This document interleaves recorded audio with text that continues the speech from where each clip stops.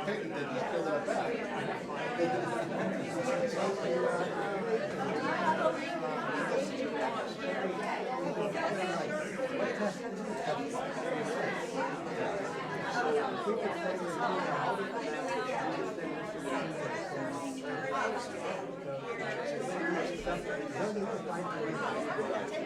thing I missed, I changed the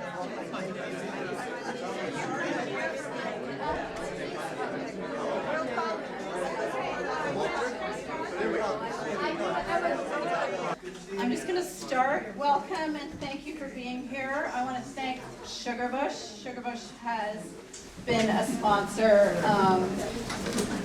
for us for a number of years, and MRV TV next door. So this is all live stream right now. And also Julie and Ray Parker. They're my buddies. They're with me for every show here. So thank you. I'm Sam, the Executive Director, and with our board, we produce year-round exhibitions and programs from student shows and public events to camps and community partnerships. And it's all possible due to trust and sustained local support. We recently expanded with our art and design shop, which you can't really see here now, offering artists make goods and education kits to support creative practice, hi there, and long-term sustainability. Our art space acts as scaffolding for the production of exhibitions that illuminate social and environmental issues. You're all familiar with Brian Eno. His concept of scenius is a collective creative ecology in which artists, ideas, and communities mutually inform and elevate one another. And I really believe that goes on here in the Valley. So not the rise of a single genius, it's the scenius. So we're creating a scene here, but the rise of an ecology of ideas that make a good vibe happen, a cool scene of many creatives working alongside each other. And so that's really been the inspiration here for me as the director and curator. As you know, most of our exhibits are group shows. We're grateful to be a part of the Valley's cultural and environmental ecosystem. Our work depends on you, your visits, participation, and belief that art matters. We see contemporary art as both a reflection of our time and a catalyst for dialogue, empathy, and action grounded in our relationship with the more than human world. Zero Celsius speaks directly to this idea. Is co-curated with Beth Bingham. The exhibition explores winter through cultural, intimate, and environmental lenses.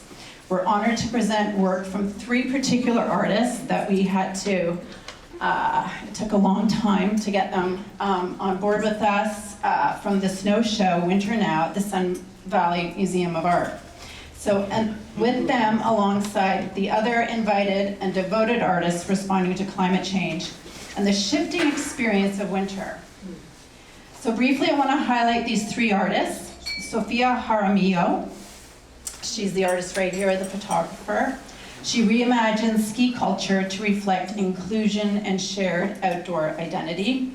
We have Brad Johnson right now in the other room going on. He gives us a cinematic tour of Earth's dynamic terrain, where geology, ice, and altitude collaborate into shifting topographic scape maps. He combines archival imagery, data, photos from various vantage points through ice caves, glaciers, and volcanoes. Somehow, he reveals the interior and exterior in relationship. So please go in there, if not tonight, come back and see this very cool digital room we've got going on there. Rob Reynolds brings us to the Arctic Greenland. So he's a filmmaker. He's also in the other room, where his film engages the Inuit concept of Sila, the interconnected force of air, weather, spirit, and change. And Sila invites us to reconsider our alignment with the natural world. Every person who walks through our doors contributes to the life of this place. If this work in 0 Celsius resonates with you, I invite you to stay connected. Return for future programs, bring a friend, visit the shop, or consider supporting us in a way that feels meaningful to you. And now, please join in welcoming our guest speakers, David Goodman and Porter Fox, award-winning journalists, authors, and skiers whose writing brings landscape, climate, and place vividly to life. Thank you, David and Porter, for being part of us. There you go. So,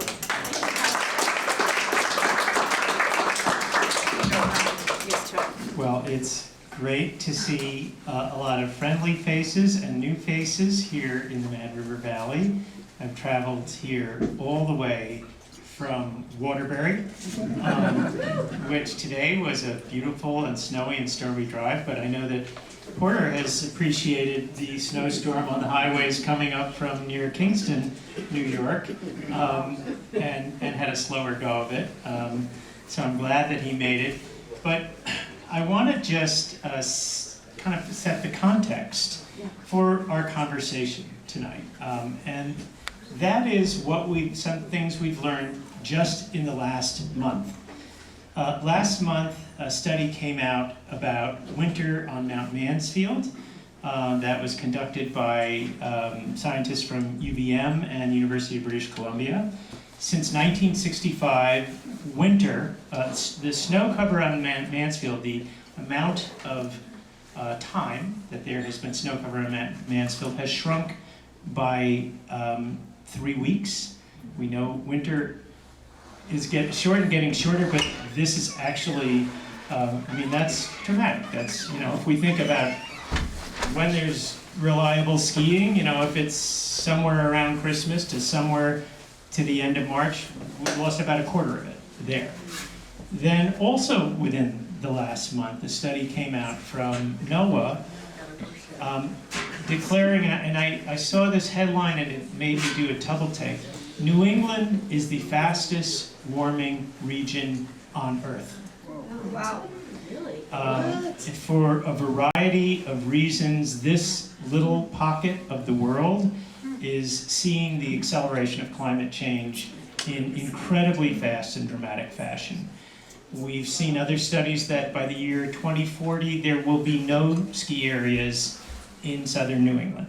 So all those places clinging to life in Western Mass and Connecticut are just not going to be able to pull it off anymore unless snowmaking, unless it is done with something other than water and cold air. So against that backdrop, and the very real threat that the thing we love to do is endangered. We as winter lovers, skiers, or whatever you like to do in the winter, are the canaries in the coal mine. And there's no canary been singing louder than my friend Porter Fox here. And Porter and I got to know each other many moons ago as writers for Powder Magazine. So took our both of us sort of launched our writing careers, writing about the thing we love most about. Porter actually was an editor at Powder for 17 years and was my editor for a time. But Porter has gone on to do some really remarkable narrative journalism in a series of books that he began writing about a dozen years ago. So in 2013, Porter wrote the book Deep, The Story of Skiing and the Future of Snow. And in 2018, he came out with Northland, a 4,000-mile journey across America's Forgotten Border, which was named a named a Book of the Year by the New York Times Book Review. In 2021, he published The Last Winter, The Scientists, Adventurers, Journeymen, and Mavericks Trying to Save the World. And 2 years ago, he came out with Category 5, Superstorms and the Warming Oceans That Feed Them, which was nominated for the 2024 Pulitzer Prize in Nonfiction. One of the things that I love about Porter's writing is that he writes about it from the vantage point that's very familiar to us. He loves, he is a lover of winter, he is a skier, he's not a scientist, So it's very much the lens through which any of us might come at it, but he has the gift of really being one of the great narrative storytellers that we have in the country, and we're so lucky that he A, loves to ski, B, cares about climate change, and well melds the two in remarkable fashion. So Porter, I thought I'd start by asking you, what does your love of cold places, what's the backstory of that? I think everyone here probably has a similar story. And thank you very much for the intro. And thank you, Beth and Mad Arts, for having us here. This is a great crowd. Hard to pull a great crowd for climate change talks, I've found over the last 15 years. But it's real and it's in our faces. And I think certainly David and I and many of you got pulled into this winter world just by the fascination of it. It's such an exotic place. There's nothing like it. The fact that you can put on a couple boards on your feet and go screaming down it at 60 miles an hour adds to the fascination. But honestly, it's even more incredible on the way up when you're hiking or skinning and you have these quiet moments and see sundogs whipping off the top of a peak, and you see glaciers when you're on a glacier. You see just incredible snowfall. I lived out in Jackson Hole for 5 years and was just really lucky to experience some of the most incredible winters I've ever seen in my life. And of course, working for Powder Magazine, the job is for David and I to go to the most far-flung place you can find and try to ski it. And that took me anyway to Baja, Mexico, to Turkey, to Japan, to South America, Bolivia, Peru, Asia, all through Europe, Arctic Circle. Where did we not go? I skied in Morocco. So that's why I had to go ski in South Africa, because you skied everywhere else that I was trying to get an assignment for. You got some good gigs. You got some very good gigs. But I'll tell you what. Thank you for that, 30 years later. Very good gigs and very great stories. He was a very easy edit, thank God. So many other Powder writers took a bit of time. But at any rate, there's just fascination, and I think naturalists are like that as well. It doesn't have to be snow, it can be the forest, it can be the ocean, it can be geology, it can be really the magic of this planet and universe and all of the kind of various climates that we have around the world, and how that all comes together is this incredibly beautiful cadence and this incredibly beautiful, almost like a mirage, like how it happens.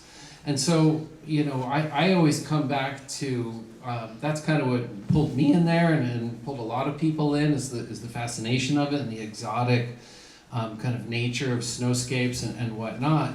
But once you start studying it, you start to realize that, you know, climate change isn't something that's just happening right now. Climate change has been happening for 3.5 billion years on this planet, and there's been various natural causes typically that pushed things in one way, pushed them in another way. But after they were pushed, it's the recoil from that, the kind of geophysical fallout of that climate change that is so incredibly fascinating. You know, when Earth was a snowball, completely surrounded, completely covered with glaciers, and only maybe a bit of open water, say, around the equator, why didn't it just stay like that? Well, it didn't stay like that because once you cover, you know, all of the land masses and stop runoff into the ocean, the overturning circulation current of the Atlantic Ocean and the Pacific start to very efficiently transport heat around the world the way they didn't before. Right now, we have the opposite of that happening. We have a lot of ice melting, and we have a lot of fresh water pouring into those same oceans around the origins, and kind of like runnels where those currents move. and the fresh water blocks that, and it slows down the overturning current. And now all of a sudden, heat isn't efficiently being moved from the equator up, coolness from the North Pole down, and suddenly we have another climate change that typically will go in reverse. And it has done this for forever and ever, and that's what really, that was the second piece that really drew me in, was learning that it wasn't as simple as just dumb humans using a 10, 15,000-year-old technology to move their cars around. It was really more of Earth as this Rubik's Cube of a kind, and it's like these little puzzles that it operates on, and they're really fascinating to get into. So that's how the science kind of came into it. Well, let's continue on that theme, because a place that has been unfortunately in the news a lot of late is Greenland, a place that you ventured to tell part of the story of the last winter. And one of the things that was very memorable in there was your description of how the melting fresh water from Greenland, how it is affecting ocean currents and the Gulf Stream, how that's affecting storm creation, extreme weather.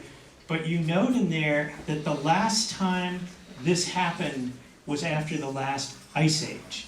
So this is the interval we're talking about. These are the milestones we're reaching. So tell us a little bit, since President Trump now wants to acquire Greenland, and I guess make it part of Vermont or something, or maybe he thinks Vermont is Greenland, in which case this will all be over. You can just tell him you already own it, and we'll take whatever you want to give us.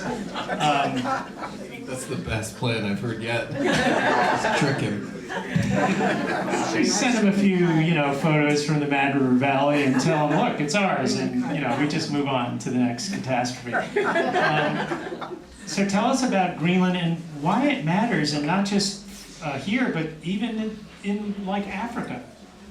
It matters because it is the last bastion of ice in the northern hemisphere, and Antarctica obviously is the other, that is holding our climate kind of by a shoestring. And it's holding it for now because the full melt hasn't happened yet. It is likely past the point of no return, and it would be pretty hard to stop that. I'm not sure how much you've read about how the melt is happening. It's also really fascinating. It's not just what you would think of watching a snowbank melt. It has to do with underwater tunneling, and it has to do with seawater coming in beneath the glacier and coming up into it and increasing the melting. But what you do see when that fresh water comes out is just between, I would say, Greenland, the UK, and maybe 250 miles south of there is this zone in which that water typically gets so heavy and it gets so saturated with salt, in fact, that it drops down to the bottom of the ocean. And as it drops down, it pulls down more water behind it, just like anything in physics would. So you have this downward turning. This is the overturning current that kind of is the thermostat of the entire planet. And when fresh water floats on top of salt, and it just stops that transformation happening. All of a sudden, the river is not plummeting down in this underwater waterfall. It's kind of hitting a blockade, and it's slowing down, which, lo and behold, in my next book, which originates with the sailors that are sailing around the world, one of the things they noticed in the 1970s was that they weren't getting the slingshot effect of the Gulf Stream when they were doing an Atlantic crossing. Usually when they got the Greenland, they would get just the tail end of the Gulf Stream would give them an extra 2 knots, which on a boat is it's like a race car. It really, 2 knots over 14, 20 days is like a lot of extra free ground. But they weren't getting it. It suddenly was down to a 1/2 knot, 1 knot, and whatnot. And that's what launched that book, Category 5, was actually talking to these guys that anecdotally observed the slowdown of the AMOC. They anecdotally observed the changing of trade winds that hadn't changed in probably 100,000 years. and all of a sudden it's moving just subtly, degree by decade. And so I took that story of them and then applied the science to it, and then kind of showed the big picture of how those changes are affecting our world. And if you detect that Porter has more than a passing relationship with the ocean and knowledge of it, you open Category 5 by describing this harrowing scene of a sailor on the Atlantic Ocean nearly capsizing by the powers of the currents and the ocean that he did not understand. And you wait till the end of that story to tell us that sailor was you. Your dad was a notable boat builder. Porter grew up on Mount Desert Island. Talk about your relationship to the ocean and how that's kind of driven your interest in this. It's just so similar to the snow thing. You know, we went into the backcountry because it was just wild and alien and incredible. And prior to that, I would say that 20 years prior to that, when I was living on the island, I was working on boats all the time. But boats were a place that we could get away from our parents, we could get away from our teachers, we could like go out into this really wild realm and explore. And I mean, since I was 5 years old, we were rowing dinghies out to little islands and setting up camps and forts and searching for animals on the, the tidelands and whatnot. And so over time, I was working as a deckhand and racing sailboats, and then as a captain, and I kind of was pushing farther and farther offshore, and just falling so deeply in love with that landscape, which is so similar to a landscape on a snowfield. It's crazy. You have the waves and everything. And it's a little slower than skiing. It's tortuously slow, my wife says. But it is a great way to see the world. And we haven't sailed around the world, but we've sailed all over the world. We've sailed through the Mediterranean, we've sailed all across the eastern seaboard, and sailed down to the Caribbean, and it's like, it's such an incredible way to just go places. I don't want to get in an airplane and just go to a place, I mean, we do, but I don't really want to get on a bus and just go to a place. Like, if you can be the locomotion, like kind of be on it, like it's just incredible. So that's what kind of pulled me into both of those realms. So let's talk about your most recent book, Category 5. We in Vermont are no strangers to the superstorms that are coming through and causing incredible damage here in the Mad River Valley. The flooding that's occurred, in 2011 we had Tropical Storm Irene, which was described as a 500-year flood that just wasted big parts of the valley, Waterbury, other downtowns. 2023, the capital city of Montpelier, inundated, flooded, still recovering. That was supposedly a 100-year storm, which was followed a year later by a 100-year storm that again inundated many of our towns. So what is the science behind the creation of this extreme weather, and why are we seeing 100-year storms now every couple of years? The label doesn't fit anymore. There's storms, they're going to be coming much, much faster. There's more heat in the atmosphere, and it's like anything. You add energy to a closed system, the energy has to come out somewhere. It could be electricity, it could be heat, it could be wave action. It's the same. It is a massive amount of energy, and a hotter atmosphere holds more water, so you see more rainfall. A warmer atmosphere has vastly more convection, which is heat bubbles shooting up through just shafts of hot air coming up. That's how you get a thunderstorm, that's how you get squalls. Most of it originates in the ocean, which was something I didn't realize. Almost every drop of rain, every breath of wind, the ocean really is the mother of all weather. And that's why I started there on the ocean and started tracking it. But once I got into the labs at GFDL in Princeton and ECMWF in Great Britain, these people that have these incredibly complex models. They're really mathematicians, they're not really forecasters. And these huge supercomputers are really learning within a 1 kilometer grid how exactly it's happening, where it's happening, and you know what might happen after that. So we've all seen it, and we see it's getting really much worse, much faster than expected. I've clocked 60-mile-an-hour winds at my house in the Catskills. We have a little weather station up there, just about blew it off.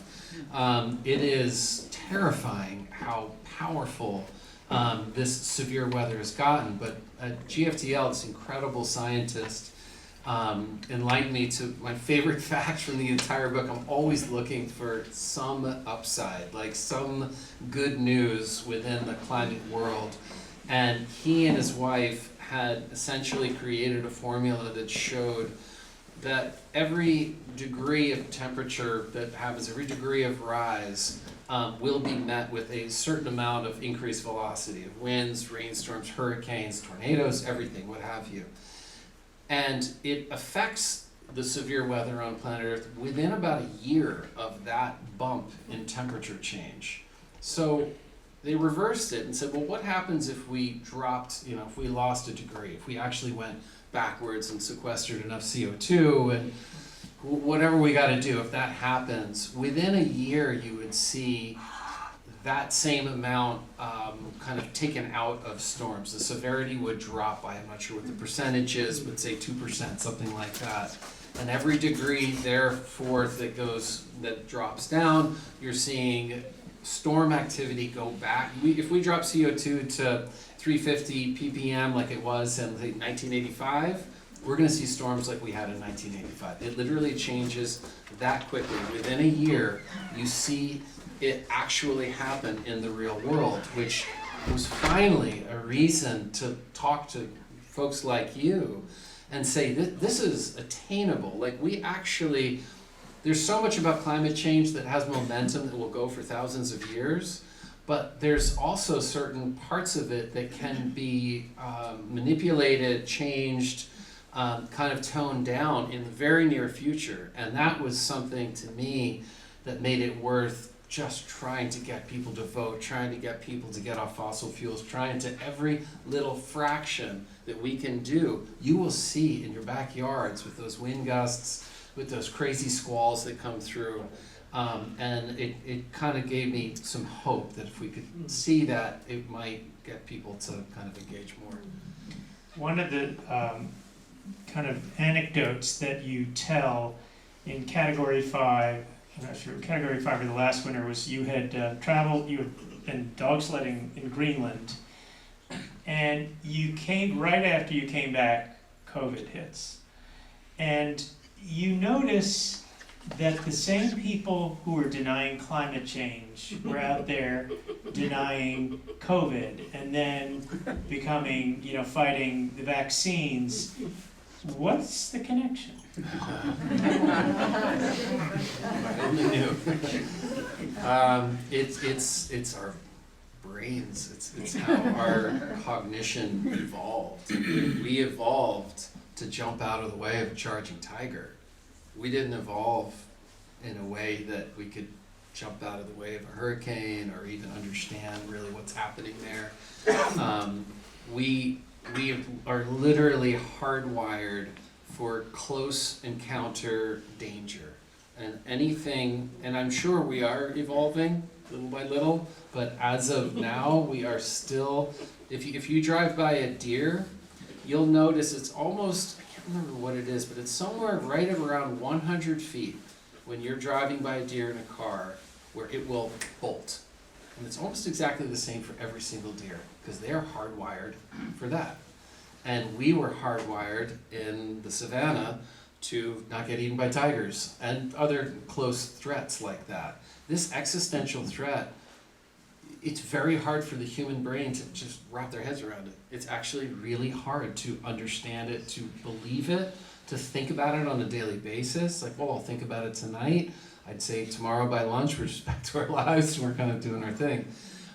So we're not going to change our brains, but I think we can change the way that we're delivering this information, make it a little less scary, a little less preachy, a little less kind of like, this is the right way to live, what are you doing, a little less critical, and point out all of the positive things that can happen. If we figure out climate change, we're not just figuring out how to stop the earth from warming, we're figuring out how to create a growing season in Malawi. Like we're figuring out how to stop deforestation in New England. Like we're learning how to stop the pine beetle infestation in the US West. Like so much of it is hinging on this climate that if we can unfurl that and start to understand it, you could spread precipitation around the world more equitably.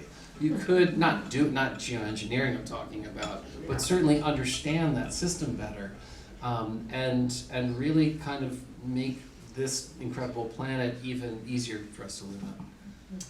I'm sure that in your travels, you encounter climate skeptics. How do you talk to them? How do you make a dent? There's fewer and fewer, I'll tell you that. And I live in a pretty little Republican bastion of the Hudson Valley, and they're farmers. Like they see it. It's undeniable, and they want help with it. But to really break through, it's always at a personal level. It's just like when David and I go out on a story, you walk into a stranger's house and you're like, tell me everything about your personal life. And the person's like, I never do that. while you're scanning up, you're chit-chatting, and you're like, tell me your deepest secrets. But it's a personal connection, and you make a personal connection, they start to ask the questions instead of. Do you feel like something you've said or written has kind of broken through for somebody who was not inclined to agree with you before? Yes. I did a gig in the Upper West Side of Manhattan that was filled with oil executives. It was one of the weirdest nights of my life. When I took my reading, there was silence, and then I talked, and I talked to these folks, and they had so many questions. Like they really wanted to know, because it could be as simple as they had a lot of money at stake. Maybe they were actually interested in protecting their grandkids' lives. I don't know. They had so many questions. I don't think there's as many climate deniers out there as everybody thinks there are. I think there are a lot of frightened people out there that are terrified and don't really know what to do. And that's why we simplify it and we say, stop burning gas. That's it. There's so much ancillary kind of efforts going on right now. But as our neighbor Bill McKibben likes to remind everyone, it all comes back to burning gas. And I know, even us in this room, we're burning propane, we're burning gasoline, we are using heating oil, some folks, driving cars around, getting trucks to deliver Amazon to us. We're all doing it, And that is the one thing that I've been pushing recently in this Trump era is not buying oil from these people is now an act of protest. Our votes are what I always used to say. It's like, this is what we need. We need to vote, and we need more people to vote. National policy change is the only way to catch up at this late date. That's not going, maybe in the future, it's not going so well right now. What we can do is in tiny incremental ways, we can stop buying oil from these assholes. And we can start to live a modern life. This is an ancient technology. If we all drove electric cars and somebody pulled in a gas car here and said, we got this new thing, it's so cool. You have to put this toxic chemical into it, and it's going to spew toxic chemicals out the back, and you have to stop all the time and fill it up, and you have to get your oil changes, and you got to change your transmission fluid, and it's probably going to rust out in about 8 to 10 years in Vermont and Maine. Nobody's going to buy that car. But we're stuck with that right now. And our more efficient, and certainly not perfect, versions of that, of energy generation, of transportation, of whatever, is something that we can all push for. Consumers drive this country. 100%. Our economy is us. So we have that power. And however you want to exercise that, exercise it. But I think we should be doing something. How do you connect the climate crisis with the political crisis we see now, the rise of authoritarianism and fascism here in our own country? What's the connection? I mean, there's been a connection between climate and politics forever, going back thousands of years. And it's typically relating to a heat wave killing the crops. You kill the crops, people are starving, they rebel. Or prices go up in the Little Ice Age after that moment, in the 1600s, I think it was. And the Little Ice Age just devastated crops throughout Europe, and prices go up, and now you're seeing revolution in France, you're seeing it in Germany, or in Germanic, area in Bavaria. And that was all triggered by climate. So much over the years has been triggered by climate. You go back to the Egyptians, you go back beyond that. And so I would say that, it's in these rough political times, climate could hurt us, climate could save us in a way. If you have a fascist person who's unwilling to leave office and is going to stick around, but all of a sudden, our crops are failing, or there's not enough water coming out of the Rockies to fill the, Lake Mead and whatnot, all of a sudden, people are going to point fingers there. So it can kind of go either way, but there is a very strong connection for sure. So I have thought of you, so as I mentioned, one of Porter's books called Northland is about his 4,000-mile journey along the world's longest undefended border. That is the one an hour north of here with Canada. And now you're seeing this, this attack on Canada, this essentially kind of militarization, even if it's through electronic means or other, of that border. What's going through your mind right now? You have, you did it by foot, by canoe and freighter, every means possible. You have the most intimate view of probably anybody of what that border is like. It's a mess. It's unmarked, undefended, and I often say I didn't, on that whole trip, which took a couple years of intermittent travels, I often didn't know what side of the line I was on. It was just like you would have to maybe talk to someone, and then they wouldn't really know, and it's very, very loose. There is not nearly the number of people coming over the northern border, but if you look at kind of the bad stuff coming across the border, it rivals the southern border significantly. But also, those are like the headlines. The reality is that in the old days, families were spread all across that border. Some lived in Canada, some lived in Maine, some lived in Ontario, some lived in North Dakota. And the line was loose because it really was kind of it was just I don't know how to say it. It was just like it was 200 years ago. So Trump's threats, I mean, I'll tell you this, I am certain that whoever's whispering in his ear is looking at what Canada has that America wants, which is typically natural resources, water, for sure, land, perhaps, Greenland, the rare earth minerals. Those are the things that folks are going after, but there will come a point at which you've reached the end of the line and you've gotten all the stuff you wanted and we're still burning up.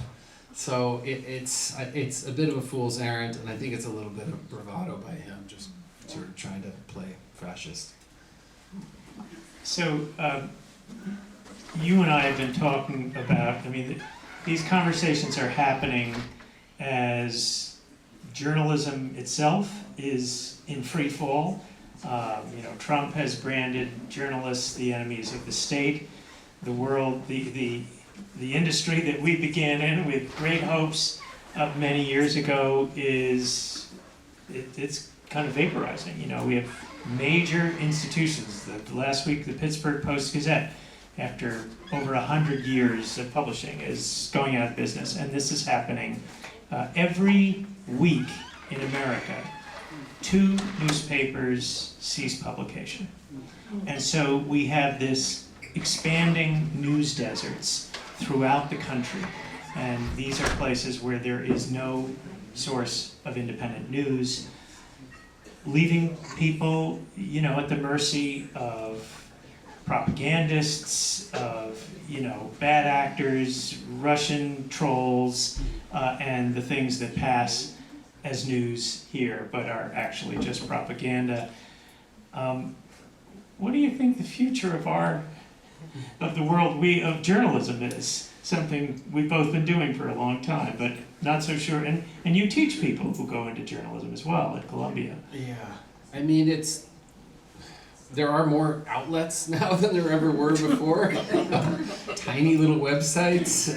There might be 20 outlets representing Exactly. this room. That's right. Right, every Facebook account, every Twitter account. People are reading more now than they ever have. That's for sure. They're reading on their phones all day long. And it's a different kind of storytelling. It's a 150-word story, or it is a story in pictures or in film. So it is still there, and it is still our sort of means of communication. I just find in so many things like this, there is this sway of back and forth. It goes classified ads all go to Craigslist, and then Craigslist dies. And then what happens? Now they're all going, I don't even know where, Facebook Marketplace, I guess, for now. Like, things shift constantly. Nothing is forever. And if journalists can just keep digging and keep trying to do their jobs, there are outlets for them. They're just not getting paid. That's the problem. And that's not... I noticed.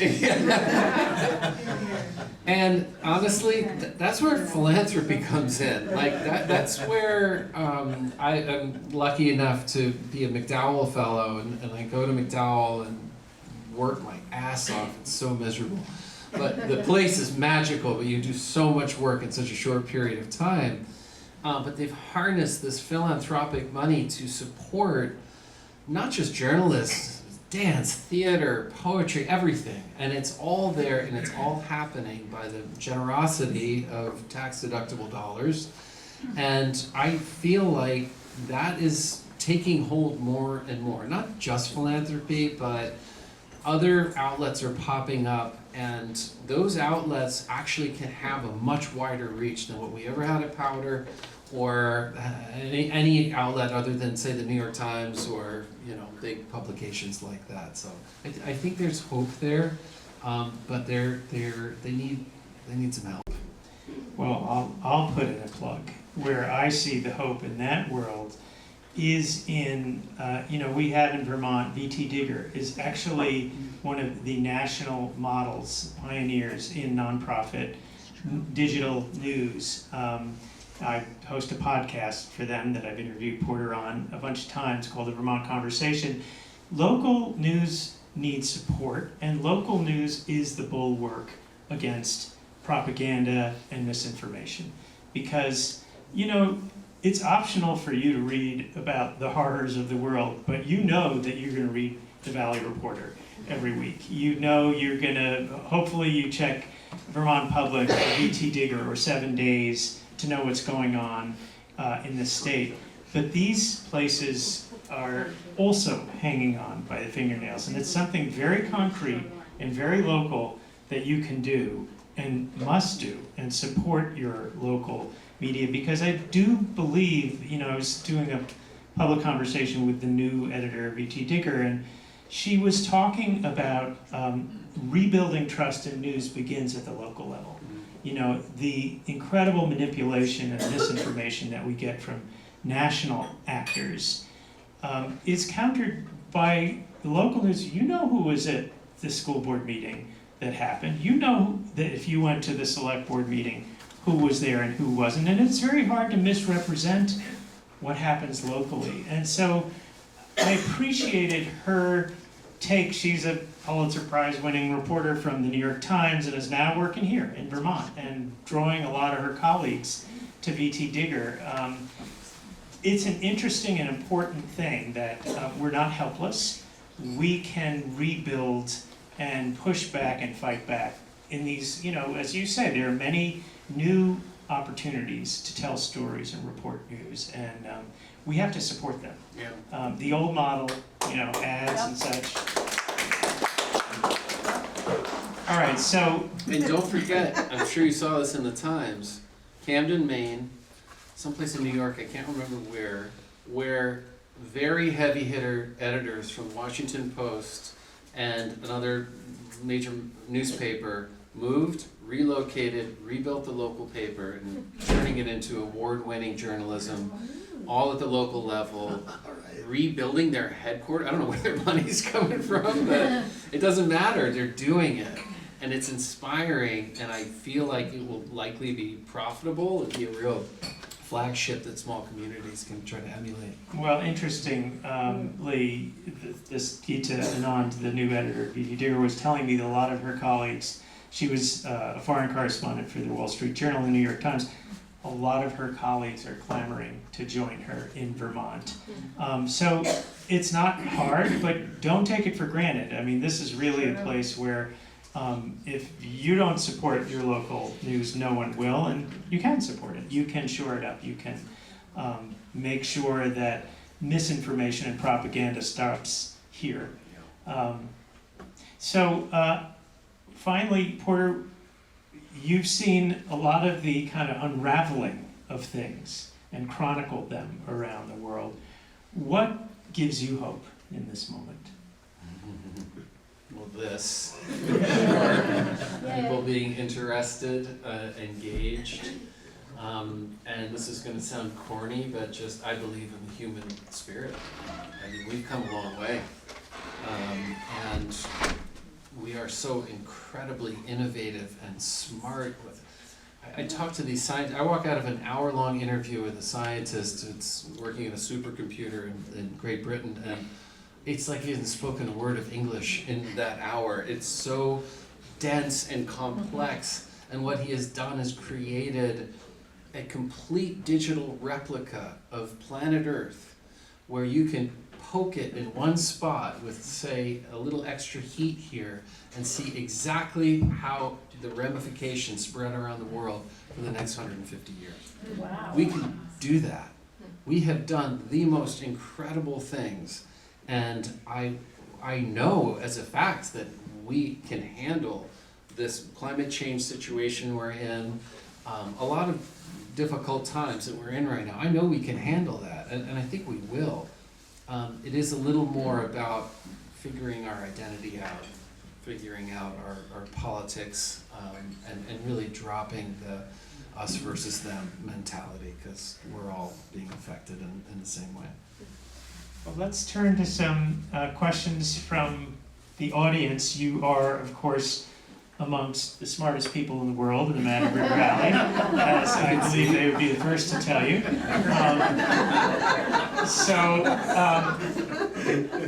Questions from you all? I'm going to go with behind Carrie there. I have a question about geoengineering. You just little glanced off it, and there's seeding. There's where do you land on that subject? Tricky. You gotta be very careful. There are some very, very promising projects. Like I wrote about one in Category 5, ocean iron fertilization, which has been on the map forever, but they're learning how to scale it. They're kind of learning how, in a nutshell, algae on the surface absorbs a tremendous amount of CO2 from the atmosphere, and it sinks in various ways. My daughter's favorite way is by fish poop going to the bottom, which is actually about 30% of our CO2 in the air every year. That's how it gets to the bottom through the biological carbon cycle. But they have ways of enhancing. If iron is kind of one of the essential minerals for life, so if you spread regular old iron dust over the ocean, you'll see algae within a matter of hours almost, and you can create essentially a forest that is drawing down CO2, releasing oxygen, drawing down CO2, breaking the C from the O2, holding on to the C, releasing the O2, and then you sink it mechanically. And it has a really terrific promise, but they're still studying side effects and what could that possibly be? Could something worse come out of that? We don't know yet. I mean, they've been working on it for a long time, but it seems, you know, quite possible. There's a lot. There's the little mirrors that Bill Gates wants to put up in the atmosphere that you can control with a remote control and reflect sun at will. There's cloud seeding to create more cloud cover that also reflects solar radiation. I mean, sadly, snow was our solar radiation reflector for, I don't know, the last 3 billion years. But snow is becoming quite scarce, certainly at poles. So we're losing that albedo, they call it, that reflective power. So there's a lot of it out there. And as a last resort, sure, I'd rather just stop burning fossil fuels. I think that's probably an easier way. Or you know what it will likely be is a blend of all of that, just a little bit of this and a little bit of that. But it is a problem that kind of grows faster as it grows bigger, so the time is definitely now. Carrie, you had a question. Yes, thank you for coming. My question is, how do you respond to a common reaction you hear in Vermont is that Vermont is too small to really make a difference in trying to reduce carbon in the atmosphere. How would you respond to that kind of reaction? You're a leader and people follow. People love to follow. It's kind of what we do. So if you're doing it, and you're doing it in a cool way, not in the preachy way, not in the, you know, holier than thou way, this is just what we're gonna do. Man, it has huge repercussions. Not everyone wants to be like you. I mean, we've seen that in the skiing world. We were just talking about backcountry uphill ski resorts, and all of a sudden someone finally did it, or the glading, you know, someone finally did it, and then everyone else is like, wow, that's really cool, let's do that, yeah. And then everyone starts doing it. So you know, we're not all gonna do the same thing at the same time around the world, no way. But you can look at what's happening in Nigeria right now with solar and be just completely blown away, like, wow, they're almost off grid at this point. You can look at various projects that are happening around the world and it's super inspiring. So make Vermont that. Be like, we're the first state to be completely carbon neutral. And now New York is gonna be like, well, shit, that's what we were gonna do, I forgot. Maybe not Kathy Hochul, but maybe her successor. But someone has to just do, it could just be right here in this parking lot, just start somewhere. And we've seen that in so many things in humanity, where just that one person kind of breaks through and was like, I did it. And now everybody wants to do it. Yes. Thank you so much for this dialogue. It's just amazing. And the positivity that you bring is really great. So you've talked a lot about carbon and climate change. And I'm just wondering if you can sort of inject that same positivity in what you've seen that's helpful in the world when it comes to biodiversity and development. And like just the number of people that are on the planet and the loss of forested lands and things like that. Yeah, that's a lot. Yeah, I mean, I'm just like, I'm soaking up your energy. I'm like, say something about that. I will, since you offered, I was in West Africa looking at the issue of biodiversity and efforts there to preserve it. And if we care about preserving biodiversity, we have to make it economically advantageous for the places in the world that still have the biggest tracts of undeveloped land, the Amazon. You know, we can't just wall these places off and tell them because it's for your own good, because there's tremendous pressure to survive, to hunt, and all these things. And in places in West Africa, you know, the industrialized world has had to invest to make it worth their while, because they're being asked to pay for our crimes and transgressions. And they are very clear, they understand that.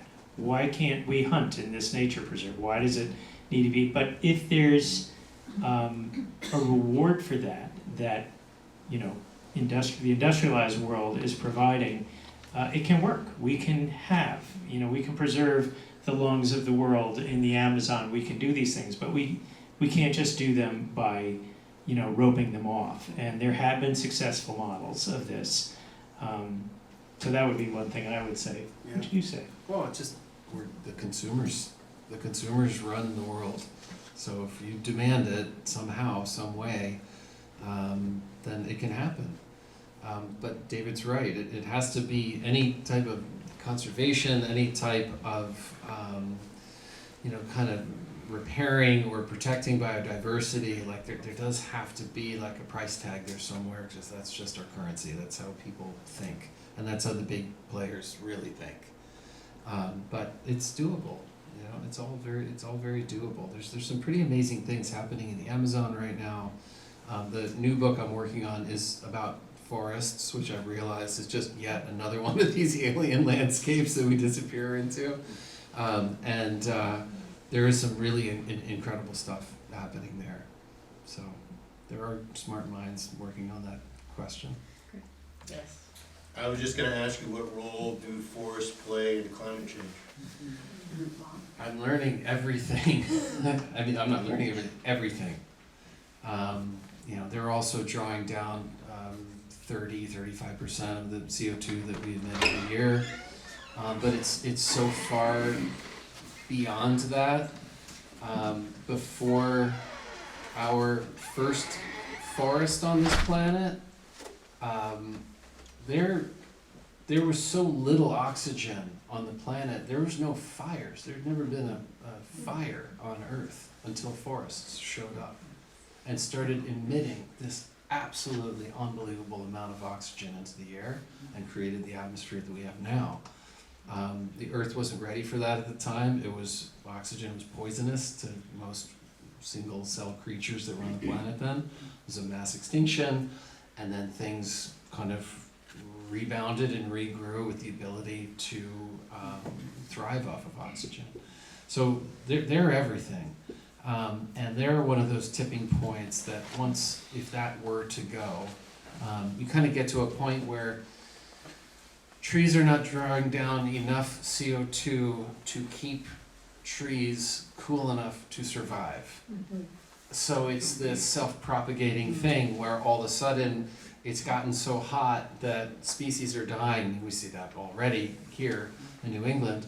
But you see it all over the world, and then you pass this critical point at which so many trees have died that the temperature is just spiking in a very crazy way. So we're near that threshold. We're near it with ice. We're near it with the trees. It's definitely kind of go time for all of this. Yeah. Oh, sorry, you're supposed to be. No. It's terrific to meet you and hear your thoughts. I don't drive an EV, but I know a lot of people do, a lot of friends. And it seems to be an attractive thing to do in the path of reducing our carbon footprint for each of us. As production of common sense electricity increases, it's even more sensible.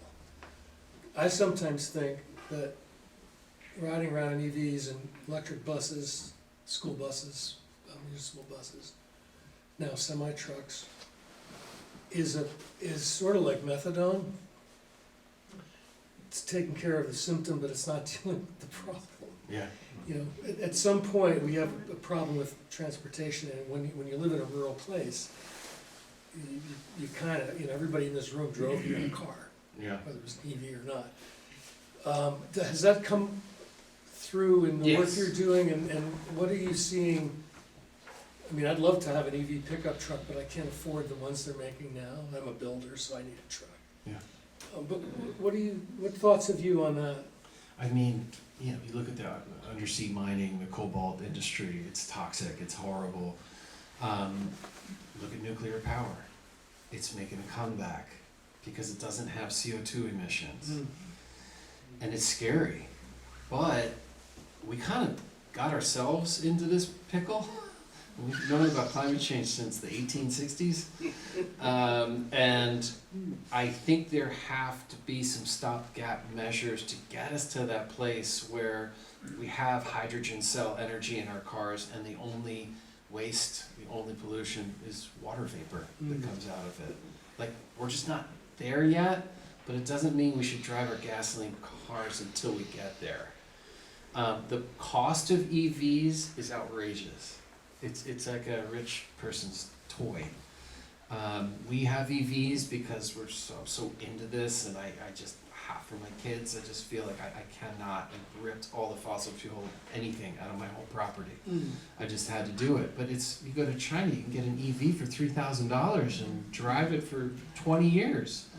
So they did it wrong. They made it a luxury item. And it shouldn't be a luxury item, you know, whether we gotta subsidize it or help with R&D or I don't know what. It ought to be a, you know, $20,000 basic, you know, Ford Pro that does no bells and whistles, but is powerful as hell. And, you know, it's, again, eventually could be fueled in an even better way. But I think it's stopgap measures for everything right now. Because we're at, you know, they put a 10-year timeline on these tipping points 7 years ago. So it's not a lot has changed in that 7 years. So I think that was kind of a mistake to put that tipping point on there, because after 10 years we're like, all right, well, we're screwed anyway. But that's not the case. I think there will be some stopgap measures, but the goal is to create energy responsibly, like you said. And man, if we can do that, drive as far as you want, do whatever you want. It's not killing the planet. That would just be incredible. Like sailing. I love sailing. Doesn't burn anything. Sparky, you had a question. I was wondering, how do you make a choice between, you know, let's wait, we want to walk out of here and do something good. Do you spend your time in the ice world or in the tree world? Tree world now, because I have a deadline. No choice. It's all so similar though. So I'm interviewing some of the same scientists. It's crazy between these 3 climate change books. There are repeat players. And I don't really have to choose because it is the same overwhelming thing happening up there that's creating all of this. Let's say as a Vermonter though, as a Vermonter, if we want to move forward from this conversation, would we just try to plant more trees, or would we try to? Oh, just start small. Yeah. Parking lot, whatever. Yeah. Solar first. Yeah. Just create as much solar as you possibly can.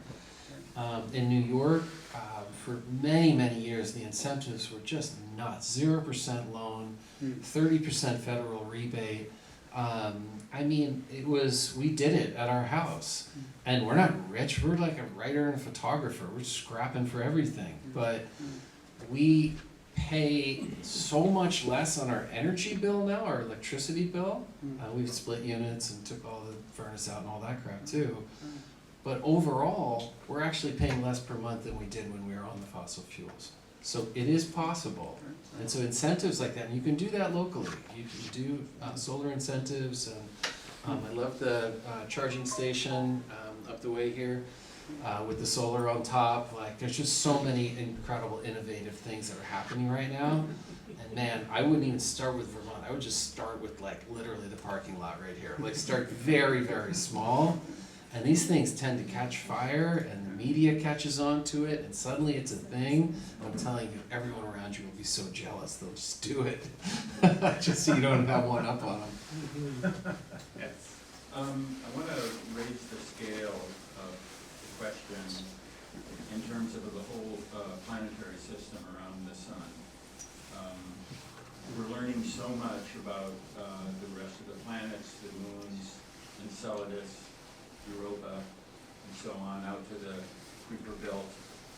And we know we're interested in why Venus became a hothouse instead of Earth.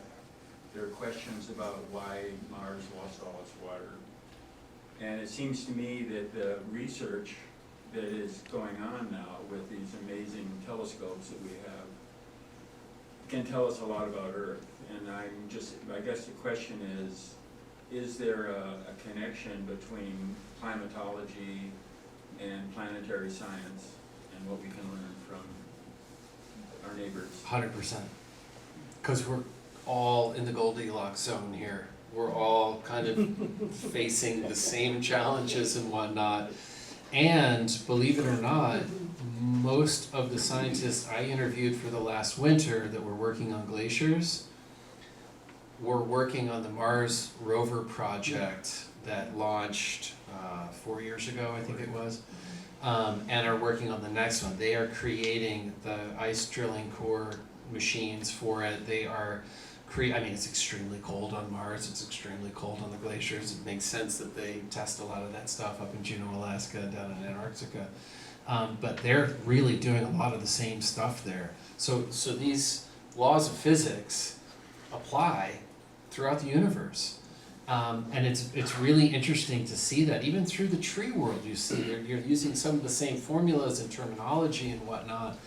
So they share a lot of data, they meet up a lot, and they're working on, you know, the one issue with outer space is like this Elon Musk drive to like colonize other planets. To be perfectly honest, he really just wants to mine meteorites for valuable minerals. Like that's kind of the bottom line for a lot of that exploration, but.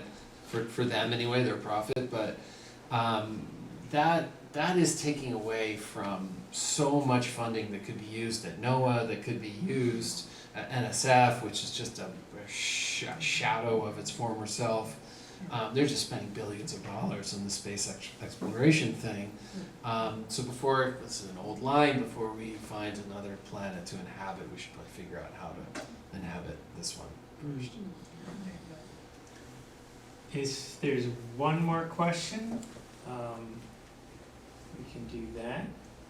I'm not sure I should ask this question.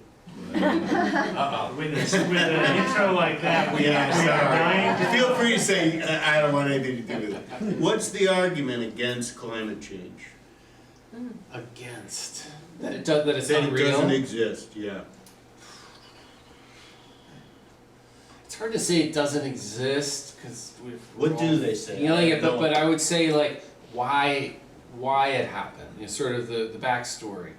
And people are going to say it's natural fluctuation. You know, it's like natural oscillation of solar flares, of methane release, volcanic activity. And here's the catch, and this is such a typical thing in the age of Trump. It's partly true that before humans, like I said at the beginning of the talk, there was a lot of climate change. And it did happen because of, you know, when Earth was a snowball covered in 5 miles of ice wherever you were except for parts of the equator, how did that snow melt? Because once, think of the solar, think of the albedo, the reflecting that solar radiation when the entire planet is white. You would think it would just get colder and colder and colder and that's it. But that's not what happened. There was volcanic eruptions that added huge amounts of CO2 into the air, which insulated the planet, and all of a sudden things started thawing, things started whatever, that AMOC current started moving around the world again, and within 150, 200,000 years, we have jungles in South America and everything's kind of back to how it was. So there are natural fluctuations, but you have to overlay on that what humans have done since the Industrial Revolution. And you just have to accept that that was a similar field force as these other changes that we saw through time. And it's, you know, a bit of a testament to us little tiny human beings that we had that big of an impact on our planet. But, you know, that's a hard one to argue in any other way. But that's what people would typically say is when I talk to folks that really don't want to believe. It's usually fear. I mean, fear is what kind of grips folks that can't accept that reality. Just say, well, you know, it was natural at one point, but now it's anthropogenic. But with Trump, it's greed. Yeah, he just wants money. It's just, Yeah, it's so simple. It's sad and devastating, but it's pretty easy to see the goal there. Well, I want to say that one of the, the antidotes to so much of what ails us, I think, is modeled in this Mad River Valley community. And it is community. As Trump thrives on division and fear.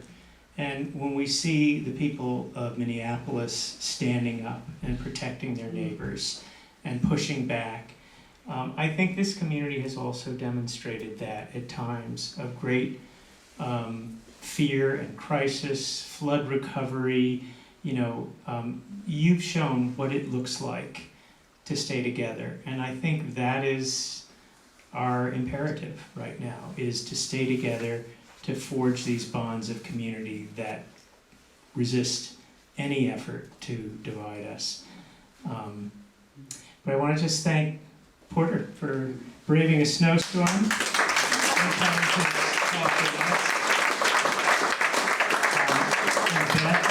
And Sam and Mad Arts thank you. for creating the space, a beautiful space.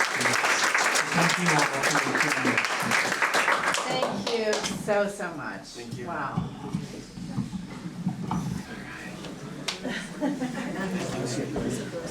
All right.